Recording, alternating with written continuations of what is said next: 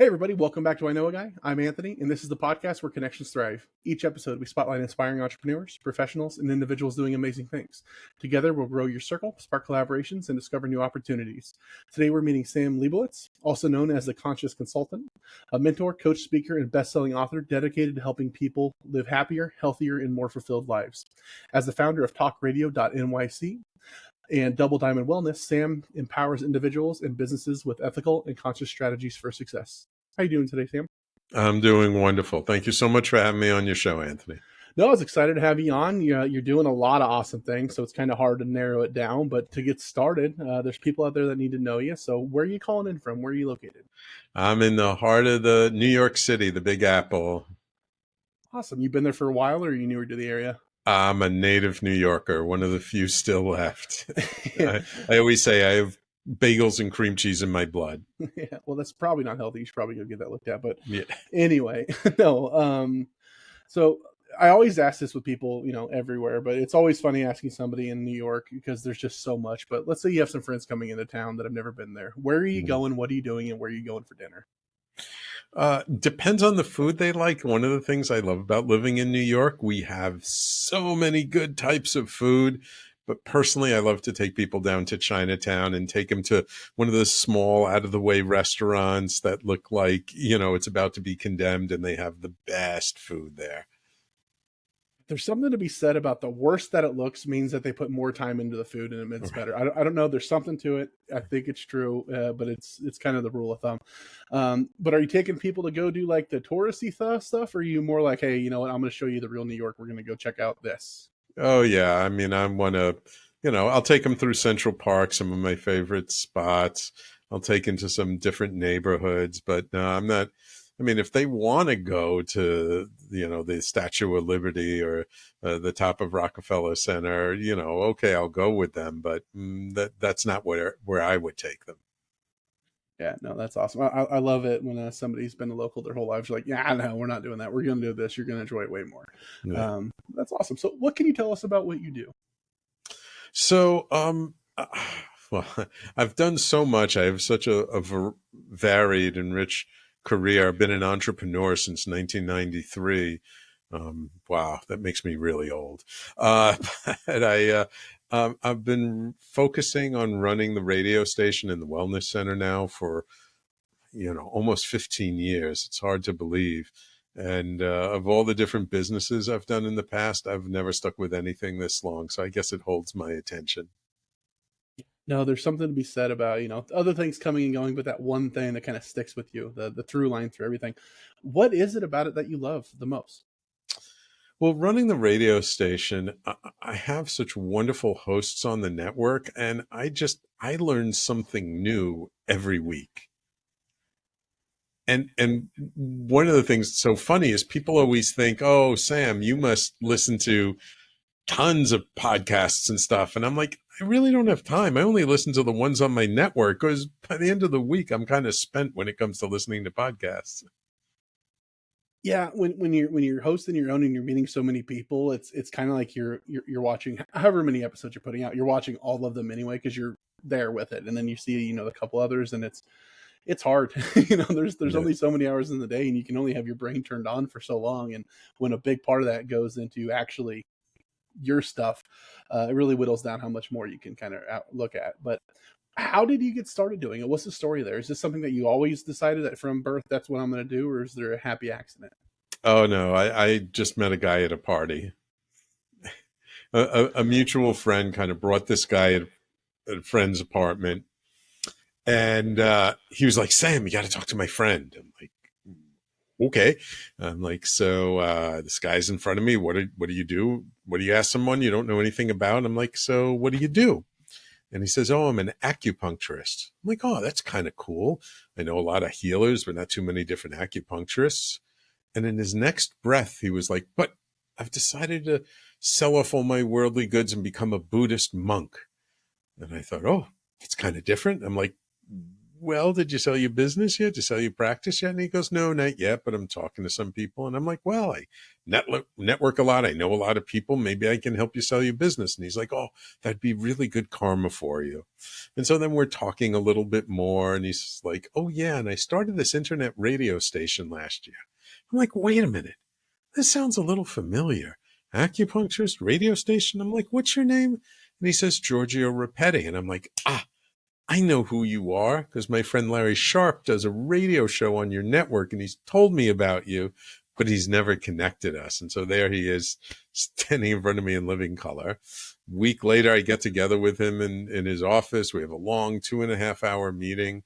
And kind of by the end of that meeting, I kind of jokingly said to him, I go, my God, this is such a great deal. It's like getting 2 businesses for the price of one. I said, if I can't help you sell your business, I'll just buy it myself. And we both kind of laughed at it. And that's what ended up happening.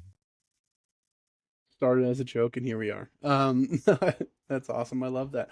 What's been, I guess, I asked you what you love about it, but what's been the biggest thing through it? Because like you said, you've had other things come and go, but this is the thing that stuck around. Why? There's something about helping people to get their voice heard. There's something about, working with good people, giving them a service that is doing good for them, for their business, for their brand, and helping them to get their message out. And we don't just work with anybody. Like, I don't deal with the divisive stuff, no fear-based stuff, no sports, no politics, no religion. I'm really focused on programming that's either going to uplift, educate, or empower people. And so when you deal with people who have that kind of a message, it's just such a good feeling. I go to bed at night, and when I rest my head on my pillow, I know I've done good that day. I like that. You can get the rest of that stuff everywhere all the time without looking for it. So the Right. bit that you're focused on is the bit that it really resonates with people when you hear it, where you're like, I love that story. I didn't know this existed. You don't know what you don't know. You go into it, you see the world through somebody else's eyes for a little bit, or you get an introduction to somebody that you would have otherwise never gotten. And there's something to be said that's kind of magical because people surprise you. If you can just get out of your own way and stop judging people and just let them talk. Almost 100% of the time you're like, oh, I had preconceived notions here that I was 100% wrong about. So that's the most fun part. And I could absolutely see that.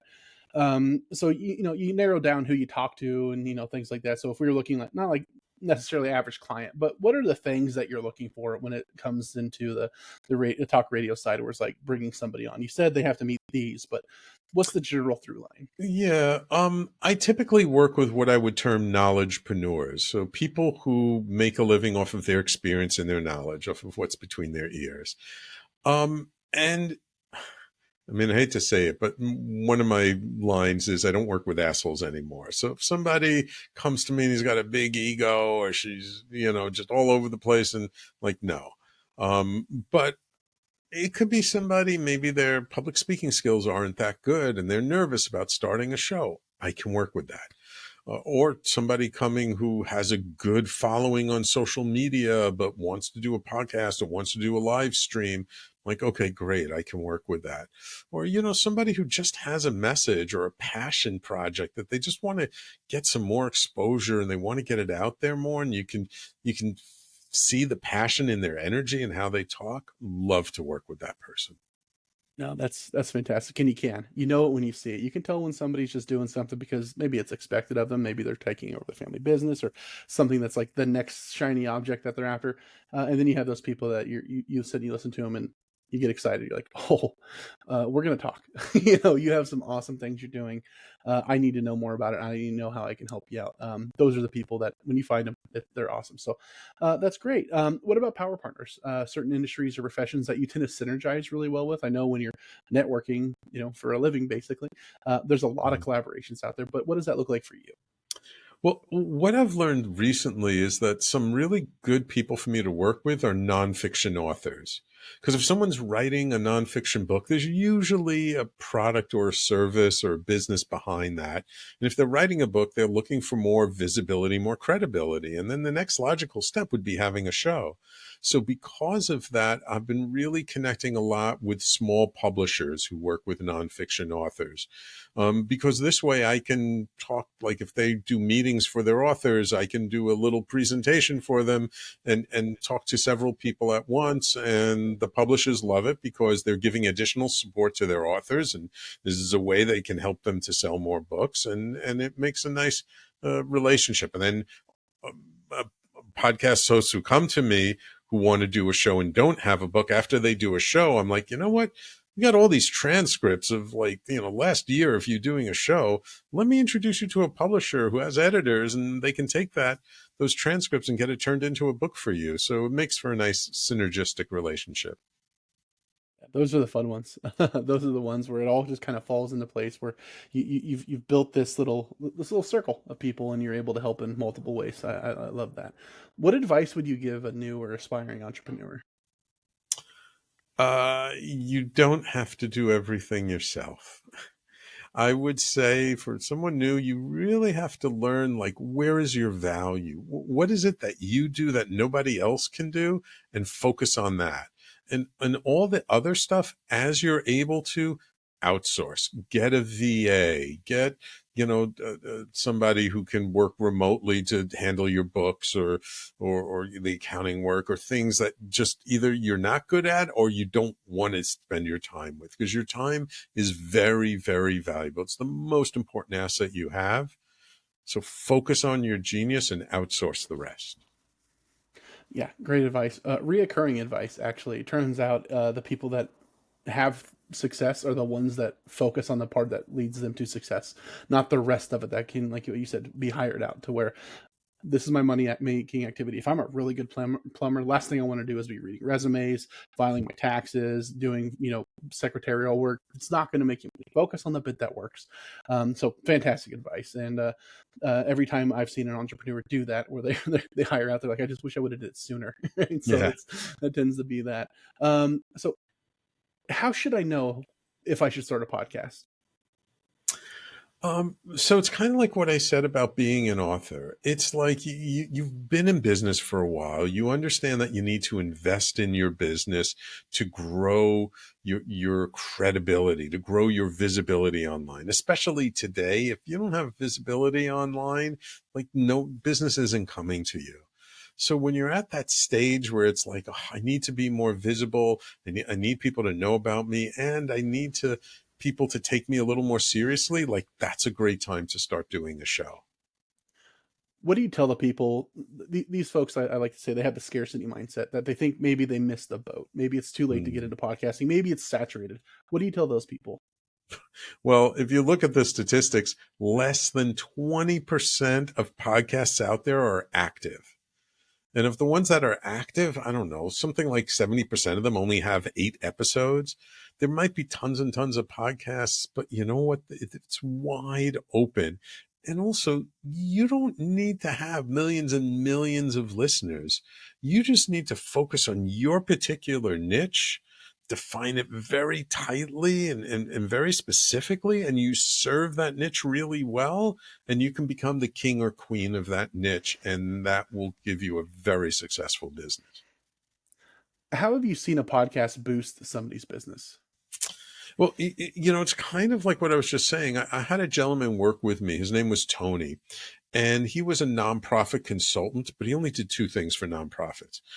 And he decided to do a show with me specifically for small and mid-sized nonprofits, because he felt like the large nonprofits had these big budgets and they could hire all the consultants and all the thought leaders that they wanted. So he really wanted to get, like, quality information to the small and mid-sized nonprofits who didn't always have access to it.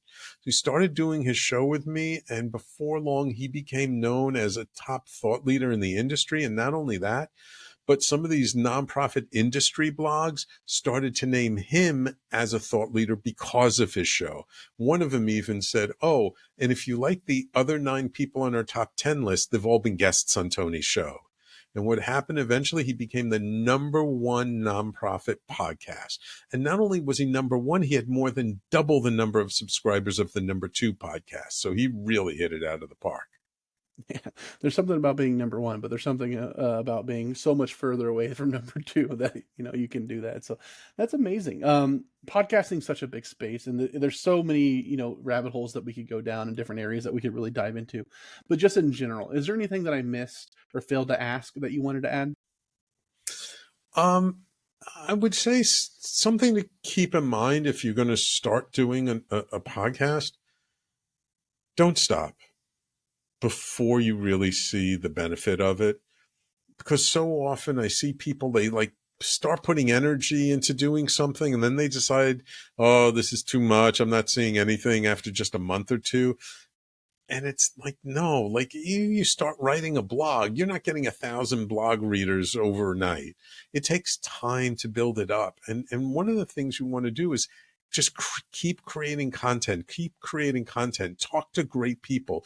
There are 1,000,001 ways to leverage a show to help you with your business. You could bring on potential referral partners. You could bring on customers or clients or potential clients and interview them. I mean, there's so many ways you can use a show. But if you start it and you do it for like a month and you say, oh, I'm not seeing anything, and you stop it, you've just wasted all the time that you put into it. If you're going to start it, take it seriously, keep it going, have fun with it. And if you feel like it's a little too much work, then you want to talk to someone who is a producer or has a network who can handle all the technical stuff for you again, so you can focus on your genius, which is your content, your interviews, and bringing out great information that serves your particular niche. For those out there that are ready to get started and ready to have that conversation, have these conversations, and are willing to put in the effort, and the average podcast, what is it, 4 episodes, that are ready to actually put in the work, and then this is where they want to go. How can they find you? Where can they get a hold of you? So my website is www.talkradio.nyc. Very proud of my New York heritage. And you can just reach out to me. My email address is real simple, sam@talkradio.nyc.